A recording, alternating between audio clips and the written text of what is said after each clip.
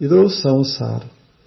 ಇದು ಭಾರ ಆಯಿತು ಅಂದ್ರೆ ತಾಪ ಶುರುವಾದರೆ ಅವಾಗ ಬಸವಣ್ಣವ್ರು ಹೇಳೋದಿಲ್ಲ, ಎಂದೋ ಸಂಸಾರ ದಂದುಗ ಹಿಂಗುವುದು. ಸಾಕಪ್ಪ, ಇದು ಇಷ್ಟಾಗ್ಯದ, ಸಂಸಾರ ಇಷ್ಟಾಗ್ಯದ, ತಲೆ ಮ್ಯಾಲ ಆಡಾಕ್ ಹತ್ತಿದ ಬಳಕ ಇನ್ನೇನು ಮಾಡೋದು ಅಂತ ಬಸವಣ್ಣನವರು ಬಹಳ ಚಲೋ ಹೇಳಿದರು. ಸಂಸಾರ ಬೆಂಬಿಡದೆ ಕಾಡುತ್ತಿದೆಯಲ್ಲ ಅಂತ ಹೇಳಿದರು.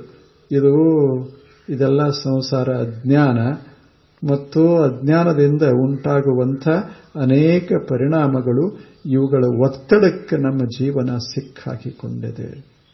ನಾವು ಓಡ್ತಾ ಇದ್ದೇವೆ, ವಸ್ತುಗಳ ಹಿಂದೆ ಓಡ್ತಾ ಇದೆ, ವಸ್ತುಗಳ ಪ್ರಭಾವಕ್ಕೆ ನಾವು ಒಳಗಾಗಿದ್ದೇವೆ.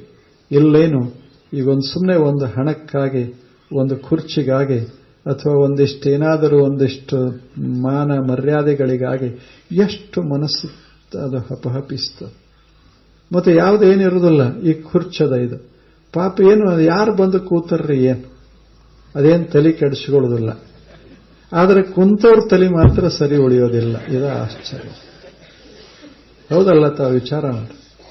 ಕುಂತೆ ಅಂದ್ರೆ ನನಗೆ ಇಳ್ಯಾಕ ಆಗೋದಿಲ್ಲ, ಅಥವಾ ಅಕಸ್ಮಾತ್ ಯಾರ ಇಳಿಸಿದ್ರೆ ಅದನ್ನ ಹಗಲ ರಾತ್ರಿ ತಲೆಯೊಳಗೆ ಅದೇ ಶುರುವಾಗ್ತದೆ. ನನ್ನಂತ ಸನ್ಯಾಸಿಗೆ ಹಿಂಗಾದ ಬಳಿಕ ಗತಿ ಹಂಗಾಗಬಾರ್ದು. ಬಹಳ ಆಶ್ಚರ್ಯದ ಇದು. ಮತ್ತೆ ಎಲ್ಲ ಗೊತ್ತದೆ, ಯಾವ ವಸ್ತು ಈ ಜಗತ್ತಿನಲ್ಲಿ ಸ್ಥಿರವಾಗಿರೋದಿಲ್ಲ, ಚಲನ ಅಂತ ಮೊದಲು ನೋಡೇವಲ್ಲ. ಜಗತ್ತಿನ ಲಕ್ಷಣವೇ ಚಲನ. ಅಸ್ತಿತ್ವದ ಕಡೆ ಲಕ್ಷ್ಯ ಇಲ್ಲ, ಚಲನದ ಕಡೆ ಲಕ್ಷ್ಯ ಇರ್ತದ.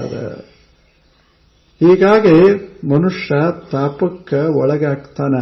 ಜಗತ್ತು ಬಹಳ ಅದ್ಭುತದ, ಆದರೆ ಜಗತ್ತಿನಲ್ಲಿ ಬದುಕುವ ನಮಗೆ ಬದುಕಲಿಕ್ಕೆ ಬರದೇ ಇರೋದರಿಂದ ಜಗತ್ತು ಡೊಂಕ ಅಂತ ನಾವು ಕರೆಯೋದು. ಏನೋ ಹಳ್ಳ್ಯಾಗ ಅನ್ನೋದಿಲ್ಲ, ತನಗೆ ಕುಣ್ಯಾಕ ಬರಲಿಲ್ಲಂತ ಜಗತ್ತು. ಹಂಗ ನಮಗೆ ಬದುಕಾಕ ಬರದೇ ಇದ್ರೆ ಜಗತ್ತು ಕೆಟ್ಟದ ಅಂತ ನಾವು ಹೋಗ್ತೇವೆ. ನಮಗೆ ಬದುಕಾಕ ಬರೋಲ್ದಷ್ಟು. ತಿಳಿದ ಬದುಕು ಒಂದಿಷ್ಟು ಬೇಕಲ್ಲ, ಅದನ್ನ ತೋರಿಸಿದವರಿಗೆ ಶರಣರು ಸಂತರು ಅಂತ ಕರೆಯೋದು. ಮಹಂತರು, ಮಹಾನುಭಾವರು ಅವರು ಒಂದು ಈಟು ಬದುಕಾದರು. ನಮಗಿಷ್ಟೆಲ್ಲ ಇದ್ದು ಬದುಕಲಿಕ್ಕೆ ಆಗೋದಿಲ್ಲ. ಏನೂ ಇರದೆ ಮಜಾದಾಗ ಬದುಕದವರು ಅದಾರ ಈ ಜಗತ್ನ್ಯಾಗ. ನಿನ್ನೆ ಹೇಳಲಿಲ್ಲ, ಗುರುಗಳು ಹೇಳಿದ್ರು, ಮರುಳ ಶಂಕರ ದೈವ ಅಂತ ಹೇಳಿದ್ರು. ಏನೂ ಇರಲಿಲ್ಲ, ಅದರ ಮಜಾದಾಗಿತ್ತು. ನಮಗೆ ಎಲ್ಲ ಅದ ಹಂಗ ಬದುಕಾಕ ಬರೋಲ್ದು. ಅದರ ಅರ್ಥ ಇದ್ದರೂ ಅಷ್ಟೇ, ಇಲ್ಲದೆ ಇದ್ರೂ ಅಷ್ಟೇ, ಮಜಾದಾಗ ಬದುಕೋದ ಒಂದು ಬ್ಯಾರೆ ಅದ ಅಂತ ಅದರ ಅರ್ಥ. ಅದು ಬದುಕಬೇಕಾದ್ರೆ ಹೆಂಗಿರಬೇಕು ಅದನ್ನ ಕಲಿಯೋದಕ್ಕಾಗಿಯೇ ಇದು ಷಟ್ಸ್ಥಲ ಮಾರ್ಗ.